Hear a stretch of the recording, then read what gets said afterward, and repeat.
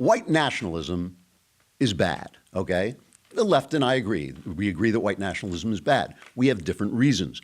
They think it's bad because they want to take the injustice they feel has been done against people of color and turn it around on white people. They feel that they're always doing the same thing. They're always saying, oh, there's an injustice, we have to end the injustice, but what they're really trying to do is seize the power to commit injustice as some kind of corrective for the injustice of the past.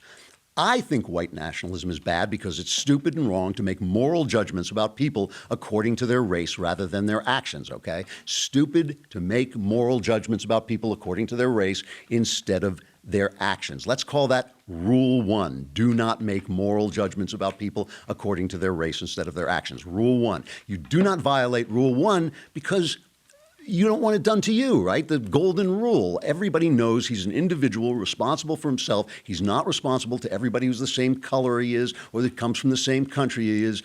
You know, you can't say, oh, white people held slaves and therefore you're responsible because you have the same color as those white people. And it wasn't white people holding slaves. It was some white people holding slaves while other white people, of course, were fighting to free them. You can't say black people commit crimes, black people are muggers, because it's some black people. It's not the guy you're talking to at that moment. He feels himself as an individual. You want to feel yourself as an individual. Do unto others as you would have them do unto you. Breaking Rule 1 is wrong. The only time race actually matters is when looking at somebody according to his race exposes someone violating Rule 1. Okay, so if Jews aren't getting any jobs at a certain bank because they're not hiring Jews, that they are violating Rule 1, and that's a clue that the fact that they're not hiring Jews, you can see that that's going on. But other than that, you're just adopting. You are violating Rule 1 if you start to disrespect people according to their race, because they're black, whatever else it is.